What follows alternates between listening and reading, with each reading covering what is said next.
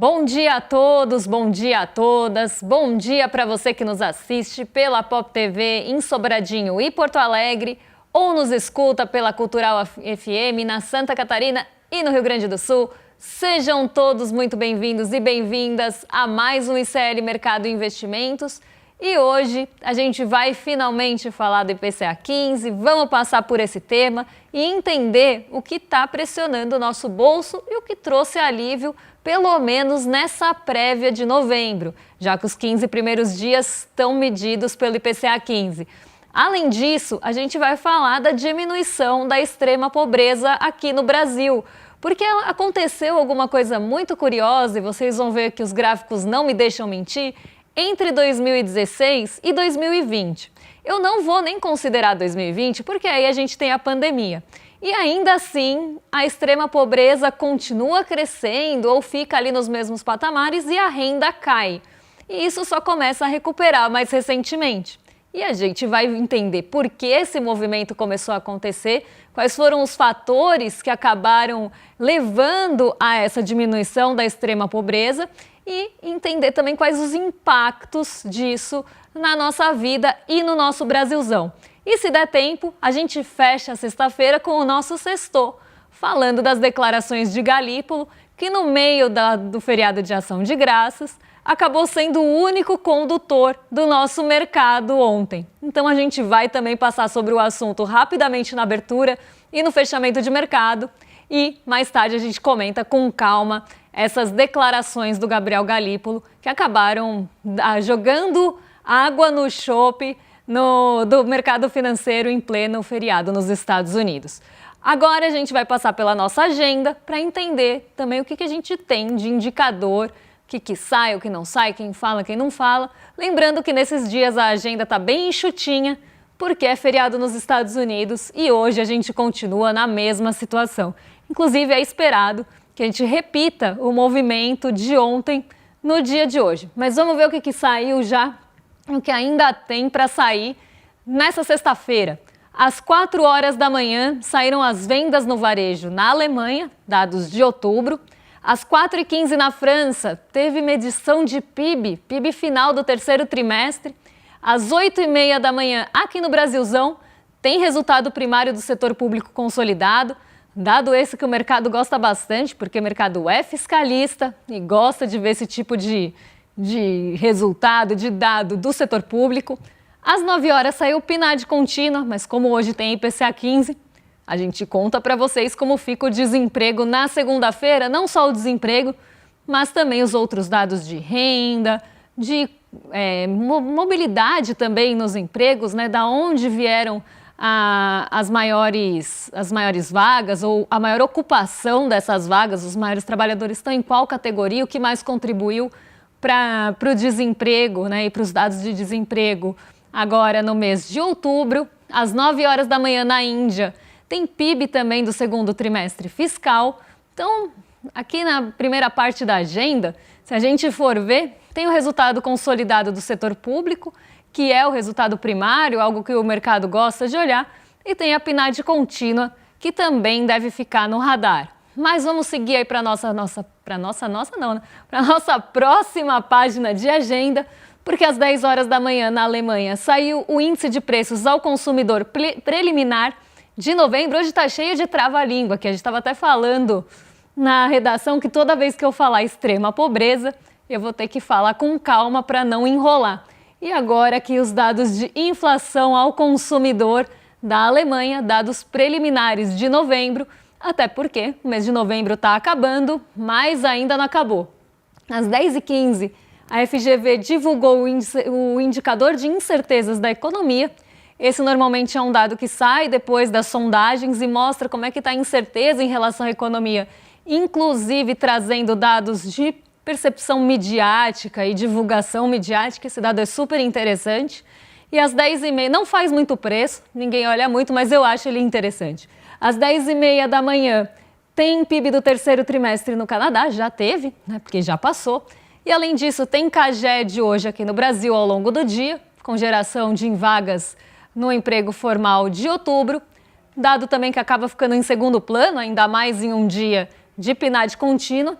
E nos Estados Unidos, os mercados fecham mais cedo, bolsa às 15 e treasuries às 16, também por conta do feriado ainda de Ação de Graças. Hoje o expediente lá é limitado e reduzido e deve continuar com uma liquidez bem baixa, com um volume de negociações bem baixo, até porque as pessoas não vão operar muito no meio do feriado, em um dia sem indicadores.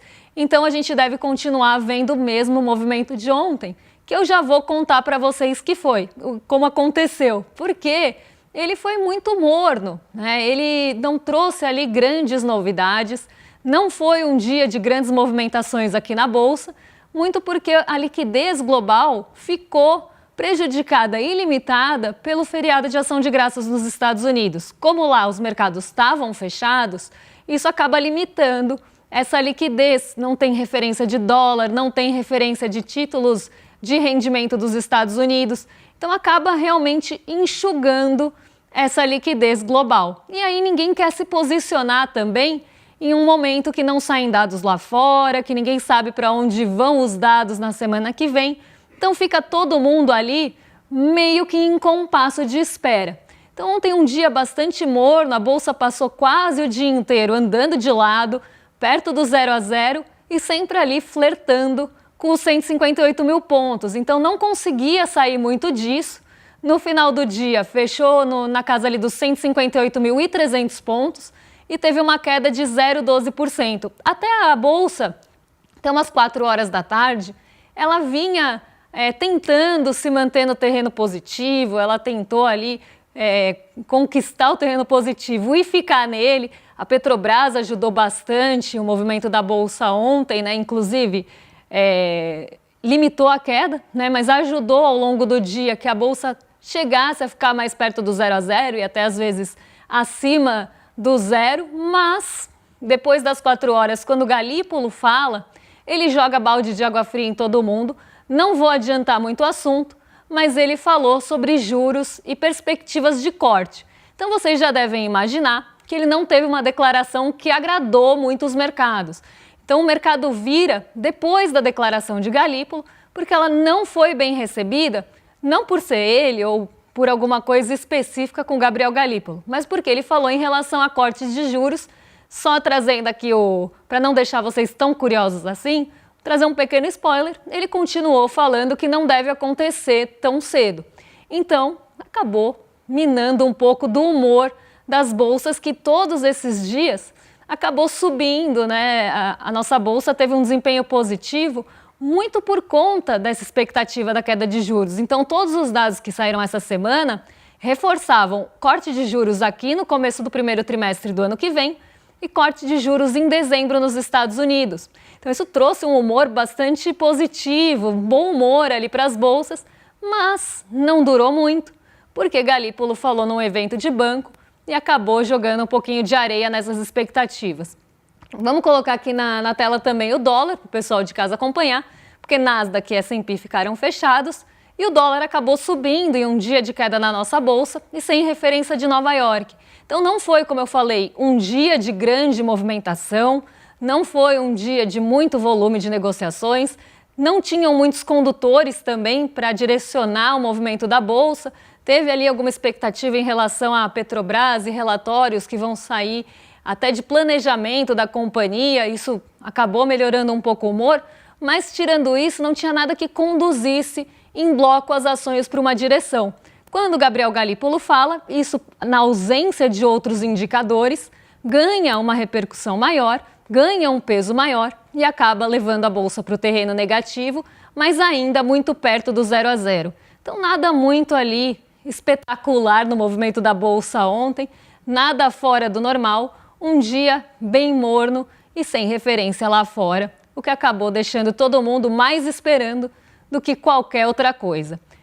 Agora vamos falar do nosso assunto do dia, porque esse sim é um assunto que mexe com a vida das pessoas, é algo que diz aí sobre o nosso Brasil e de como, né, a gente teve a evolução ali ao longo do tempo, não só da diminuição da desigualdade e da extrema pobreza, mas como você também tem um dado momento que a gente vai ver no gráfico, e eu já trouxe ali alguns spoilers para vocês, um momento em que a gente começa a ter a deterioração desses índices e agora uma melhora que leva o Brasil para o menor nível de pobreza e desigualdade em 30 anos, segundo um estudo do IPEA, que é o Instituto de Pesquisa Econômica Aplicada.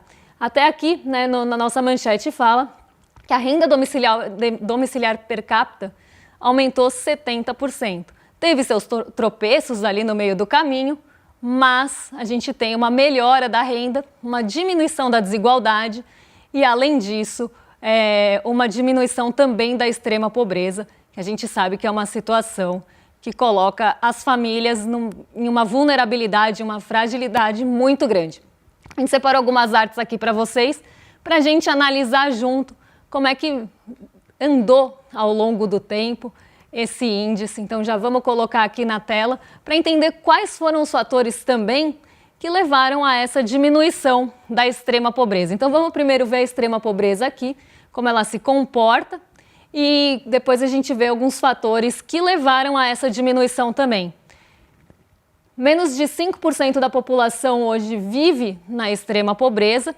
Esse índice lá em 95, então há 30 anos, né, trintou já 95 aí, pelo menos até novembro, né? Então a gente tem um índice ali de extrema pobreza no Brasil de 25%, então é um quarto de pessoas aí, de brasileiros na extrema pobreza, e a gente vê que esse índice ele vai caindo ao longo do tempo.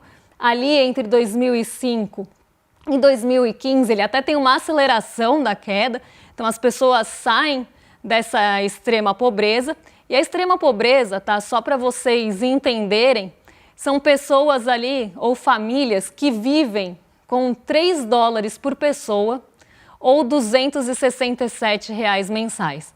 Então é realmente uma situação de muita vulnerabilidade e que, né, se a gente pudesse diminuir essa extrema pobreza a zero, seria o ideal. Ninguém deveria viver em uma situação como essas. Pode deixar aqui na tela que a gente vai falar também da pobreza aqui. A linha da pobreza, ela já tem um patamar um pouquinho mais alto, mas ainda assim é uma linha preocupante que também traz muita vulnerabilidade, também traz muita fragilidade às famílias. E, né, tem gente que, né, e nem vou falar, mas tem gente que acaba falando aí que não tem que ter programas assistenciais, que não tem que ter programas de transferência de renda, quando no Brasil, há 30 anos atrás, a gente tinha 25% da população, das pessoas vivendo na extrema pobreza e 61% vivendo na pobreza. Então, quem defende que não tem que ter medida assistencial, que não tem que ter transferência de renda, não conhece a realidade do Brasil e como ela veio mudando também ao longo do tempo, sobretudo com programas de transferência. O estudo do IPEA mostra, inclusive, esse impacto dos programas de transferência de renda na diminuição da extrema pobreza e da pobreza. Então, quem fala que isso, quem desdém, quem fala que não tem por que existir, não sabe o que está falando e não deve saber também o que é viver com $8 por pessoa por dia numa família e equivalente aí a R$ 738 mensais em valores médios para o ano passado. E aqui está sendo usado o poder de paridade de compra. É um estudo que mostra, então, que a gente tem essa diminuição da pobreza e da extrema pobreza ao longo dos anos 2000. A gente sai de 61% da população na pobreza para 26% agora em 2024.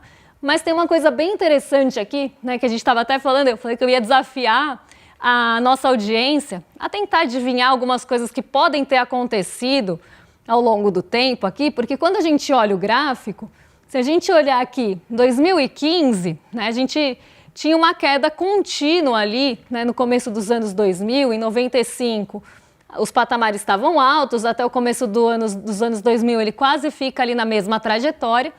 Em 2005 ali, ele começa a ter uma queda, né, começa a ter uma linha bem decrescente para quem está só ouvindo a gente, tanto da pobreza quanto da extrema pobreza. Eles vão ali em queda praticamente contínua até 2015. Em 2015, alguma coisa acontece no meu coração, e no coração do Brasil, eu diria, que acaba trazendo um pequeno aumento, uma barriguinha da extrema pobreza e da pobreza no Brasil. Então, você tem um aumento dos dois indicadores, né, mais pessoas, né, então vinha em queda, e aí um pequeno salto, uma barriguinha mesmo no gráfico de pessoas que voltam para a pobreza e extrema pobreza. Isso aumenta em 2020, então a gente tem essa barriguinha quase constante de depois de 2015 até 2020, então essa barriguinha continua ali aparecendo. Em 2020 a gente tem a pandemia, então tem sim um salto e começa a cair ali, né, depois de 2020 e começa a ficar mais decrescente perto de 2024. Então, eu queria até falar aí para a nossa audiência o que vocês acham que aconteceu entre 2015 e 2020. Eu não vou nem considerar a pandemia aqui, a gente pode pegar 2015 a 2020, o que aconteceu nesse intervalo que pode ter aumentado a extrema pobreza e a pobreza no Brasil? Será que foram reformas trabalhistas? Será que foram as políticas econômicas neoliberais que voltaram a tomar conta com mais intensidade nesse período? E a gente sabe que combate à pobreza e extrema pobreza não parece ser um grande problema, principalmente para um pensamento neoliberal que é mais retrógrado, porque o pensamento neoliberal até pode ter uma evolução, mas aqui no Brasil parece que é sempre o discurso neoliberal mais retrógrado que tem. Talvez seja isso. Talvez sejam todas as reformas que tenham sido feitas para que a tal fada da confiança chegasse ao Brasil, todas aquelas reformas, aquelas mudanças que são sempre impostas para um país, em tese, prosperar e que normalmente desfavorecem as pessoas mais pobres, não olha para as pessoas que estão nessa situação de pobreza, extrema pobreza, que desvaloriza o trabalhador. Então a gente pode elencar aqui uma série de fatores para essa barriguinha acontecer. E aí eu até desafio quem está no chat a também contribuir com todos esses pontos, que a gente sabe o que aconteceu muito bem ali depois de 2015. Mas vamos ver agora um dos fatores que acabaram mexendo bastante com essa diminuição da pobreza e da extrema pobreza, que é a renda domiciliar per capita. O IPEA aponta como um dos principais fatores de diminuição dos índices de pobreza e também de diminuição da desigualdade no Brasil. Claro que a gente ainda tem um Brasil muito desigual, a gente ainda tem um país com muita desigualdade em todos os aspectos, mas isso vem diminuindo ao longo do tempo. E a renda domiciliar per capita fez parte disso. A gente sai ali dos anos 90, né, em 96, de R$ 1.191 de renda domiciliar per capita. Em 2004 era 1.141. A renda se valoriza a partir desse momento. Então também eu coloco aí o desafio para a nossa audiência pensar o que aconteceu aqui. Você tem uma alta até 2012, que é quando a renda atinge R$ 1.800 na renda domiciliar per capita. Só para vocês entenderem, é a renda de todo mundo ali da casa, dividindo por todas as pessoas que você tem no domicílio. Depois ela fica ali meio estável. Entre 2012 e 2016 ela até tem uma queda, né? Começa a ter queda. Um pouquinho depois de 2016 ela chega a 1.813, já perto ali, aqui eu diria que a gente está em 2017, mas nada comparado com o aumento que a gente tem ao longo do tempo, ali nos 8 anos entre 2004 e 2012, sobe para 1.813, cai vertiginosamente para 1.610, então é uma queda grande que a gente tem aqui no gráfico. E a partir daí, né, depois de 2020, ela sobe um pouquinho em 2021, mas depois ela dá um salto. A gente tem 1921 e 2015 em 2024, já que se aproximando de 2024, 23, 24. O que isso mostra para a gente? Que a renda domiciliar per capita e a valorização da renda fez uma diferença muito grande. Ambas juntas, né, fizeram uma diferença grande na diminuição da pobreza e da desigualdade aqui no Brasil. E também, muito curiosamente, ali, né, entre 2015 e 2016, o gráfico tem uma quedinha na renda. Fator esse que teve um impacto positivo na diminuição da desigualdade e da pobreza. E aí também desafio vocês a tentar lembrar e puxar pela memória o que aconteceu nesse período, né, em relação ao trabalhador, em relação à valorização do salário mínimo, que deixou praticamente ou a renda domiciliar per capita em queda ou andando de lado entre Ali, voltando no gráfico, tirando ali os últimos... Pode voltar aqui, ó. 2012, a gente tem a queda acontecendo. Ali, depois de 2016, ela avança R$13, então ela praticamente anda de lado. E depois ela cai. Claro que aqui a gente tem a pandemia em 2020, então tem um fator de impacto da pandemia e também da recuperação pós-pandemia. Então, a recuperação pós-pandemia, o mercado de trabalho mais aquecido, a valorização do salário mínimo, acabam levando aí de 1.610 para 2015, a patamares que a gente via antes ali, né, de ascensão da renda. Depois ele fica praticamente ou caindo ou estagnado. Então, aparentemente, o que o IPEA quer mostrar para a gente é que valorizar o salário mínimo, ter um mercado de trabalho aquecido, políticas ali também de distribuição de renda, tudo isso junto faz com que a gente tenha uma diminuição da desigualdade e da pobreza e da extrema pobreza. Quem diria que atuar dessa forma e ter políticas econômicas e sociais voltadas para as pessoas e não só para alguns interesses, poderia melhorar a situação aqui do Brasil. Então, fica aí o ensinamento e até para a gente entender, né, quando isso falhou, em que períodos isso falhou e trouxe a volta. Se a gente sobrepusesse um gráfico a outro, onde a barriguinha sobe, no gráfico da extrema pobreza, é exatamente onde a barriguinha cai aqui. São movimentos, se a gente juntasse um gráfico no outro, ia ficar parecendo um DNA, assim, sabe? Uma barriguinha para cima e uma barriguinha para baixo. Muito curioso e coincidência que aconteça no mesmo período, né? Então, aqui, mais uma vez, o modelo neoliberal mostrando que ele só funciona quando ele acaba. Vamos falar agora de IPCA 15, assunto que mexe com o nosso bolso. Não sei se Theo está aqui hoje no chat, mas Theo normalmente tem interesse nesse assunto, porque ele quer saber o preço das aves e ovos. Então vamos entender aqui como é que foi o comportamento do IPCA 15, mais do que isso, como o mercado esperava que esse comportamento ia acontecer e como ele realmente aconteceu. Então vamos ver aqui como fica a projeção primeiro do IPCA 15, para ver se o mercado errou ou errou a sua projeção, e depois a gente entende qual foi o comportamento de fato da variação de preços aqui nesse pelo menos comecinho de novembro e finzinho de outubro. Na média, o mercado esperava que o IPCA 15 ia ser de 0,17, na mediana 0,18, a menor projeção foi de 0,10 e a maior projeção de 0,23. Quando a gente olha aqui respondentes, a maior parte deles fica entre 0,14 e 0,18. É a faixa que tem aí os maiores respondentes, quase 33%, um terço do mercado que respondeu essa pergunta acreditava que ia ficar aí, na verdade, entre 0,16 e 0,18, né? 0,14 se a gente somasse ali a barrinha anterior. Então, 0,16 e 0,18 era realmente a expectativa maior, não à toa que a média cai em 0,17, a mediana em 0,18. O IPCA 15, e até trazendo um pouco mais de análise aqui, o mercado esperava que a gasolina ia contribuir com essa queda ou com essa desaceleração, porque aqui não é queda de fato, que a bandeira na bandeira 1 da tarifa de energia também ia contribuir e que os alimentos poderiam voltar a aparecer. As causas, o mercado, de certa forma, entendeu bem e previu bem, mas a magnitude, eles erraram porque o IPCA ficou um pouquinho acima desse 0,18, mas ainda assim foi considerado um bom IPCA 15, porque foi o menor para o mês de novembro em muitos anos. Então, apesar deles estarem esperando uma desaceleração um pouquinho maior, o dado foi bem recebido pela forma também que o IPCA 15 foi constituído.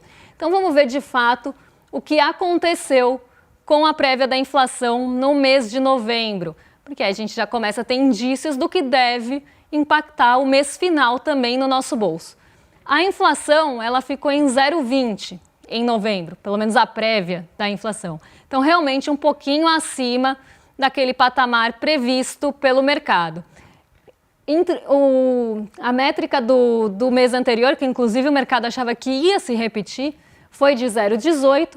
Em novembro de 2024, então entre o ano, né, entre 25 e 24, ou no interanual aqui, ou entre os anos, a gente tem uma queda interessante, uma desaceleração interessante, porque em novembro de 2024, até considerando o mesmo período, para pegar alguns fatores que podem ter ali sazonalidade, o IPCA tinha sido de 0,62. Então tem uma desaceleração importante de um ano para o outro, e a gente sabe que quando a gente tira um dado da métrica, então a gente tira um dado ali de novembro de 2024 e substitui pelo de novembro de 2025. Se a gente tira um dado que vinha mais alto, um indicador que veio mais alto ali, por um que veio menor, ele vai mostrar desaceleração na conta final, porque você está substituindo números maiores por números menores na conta. Isso fez com que o acumulado do ano chegasse a 4,15 agora e o IPCA 15 nos últimos 12 meses a 4,50, mostrando a desaceleração, que é o que vocês vão ver no próximo gráfico, que tem ali a variação mensal, né, ao longo do tempo, e também a variação em 12 meses, que mostram as duas juntas essa tendência de queda do IPCA 15. Então a gente sai ali em novembro de 2024, como eu estava falando, de 4,77, a inflação estava mais alta naquele período, ela acelera no começo do ano, chega a 5,49 em abril, então tem uma alta do IPCA 15 aqui, pelo menos até abril, ele começa a arrefecer, começa a trazer um pouco de trégua, até pelo menos junho, tem uma pequena alta em julho, em agosto ele volta a desacelerar, setembro tem uma aceleração inflacionária ainda, mas não nos patamares do pico ali de 5,49, e depois disso a inflação começa a arrefecer por vários fatores que a gente vai ver agora, chegando a 4,5. Então, o IPCA 15 já está no teto da meta. Se a gente continuar tendo uma inflação que mostre sinais de desaceleração ao longo dos próximos meses, porque o ano já está terminando, a gente tem a última medição inflacionária em outubro. Se novembro e dezembro confirmarem essa desaceleração de fato, que a gente está vendo tanto na prévia como nos meses anteriores, a gente pode ter uma inflação pelo menos ou muito próxima do teto da meta ou abaixo do teto da meta, coisa que já aparece no relatório Focus. Vamos pegar aqui, nem vamos passar os gráficos por grupo, porque senão vai tomar muito tempo e a gente já tem o programa acabando. Vamos ver só os itens que acabaram pressionando um pouco mais esse mês, tanto de alimentação quanto de energia, porque é importante a gente saber o que acelera na inflação em novembro e o que desacelera. E muito desse impacto inflacionário veio do grupo de alimentação, né, que ele variou 0,09, em outros meses até a gente tinha visto uma deflação do grupo de alimentos e bebidas, e muito dessa variação veio da alimentação fora de casa. O impacto foi de 0,02 e os transportes também contribuíram bastante nesse mês de novembro, com a alta de 0,22, que culminou ali numa alta de 0,04 no mês, e a saúde saúde e despesas pessoais, por conta também de planos de saúde. A gente pode ver que o impacto das despesas pessoais é muito menor do que, por exemplo, da alimentação, que a saúde, o grupo de despesas subiu ali quase 0,85, se não me engano, e teve um impacto não tão grande para o tanto que subiu. Isso mostra essa ponderação da inflação. Os itens de energia trazem um retrato interessante, porque apesar do grupo transportes ter subido, e é nele que está, por exemplo, o combustível, mas é nele também que está as passagens aéreas. E as passagens aéreas tiveram a maior variação individual do IPCA 15. Então, por mais que a gente tenha tido queda na gasolina, queda no etanol, queda no óleo diesel, e aí muito pelo reajuste também da gasolina, queda nos combustíveis de forma geral, o grupo transporte subiu por conta justamente das passagens aéreas, o que pesa mais no bolso de quem tem maior renda. Tanto combustíveis de veículos pesam mais para rendas médias, as passagens aéreas pesam mais para quem tem renda mais alta. A alimentação, principalmente em domicílio, acaba pesando mais para quem tem menor renda. Então é uma inflação que vem aí com alguns fatores de pressão muito individualizados, muito ligados aí a turismo, muito ligados a preços de passagens aéreas, então até considerados como pontuais. E por isso foram lidos de forma um pouco mais benéfica e trouxeram essas expectativas que a Selic poderia cair, mas isso foi praticamente descartado pelo Gabriel Galípolo, pelo menos por enquanto, apesar de dados que mostrem que a nossa inflação vem se comportando de uma forma um pouco mais contida e benéfica. Bom, me despeço por aqui hoje, já vou entregar para os nossos vizinhos de cima, para o Rolê ICL, mas antes de entregar para eles, quero convidar vocês só aí a garantirem a vaga. Tô confundindo o pessoal, eu acho, né? Mas para garantirem a vaga aí, porque ontem teve o lançamento da nossa pós, e se você ainda não garantiu a vaga da nossa pós de Teoria Crítica da Sociedade, que foi um sucesso a aula, ainda dá tempo de se inscrever em iclmercado.com.br. Então reforço o convite aqui e agora sim entrego para os vizinhos de cima, porque nada melhor do que sextar dando um rolê. Então hoje vocês vão dar um rolê com César Calejon e Guga Noblat.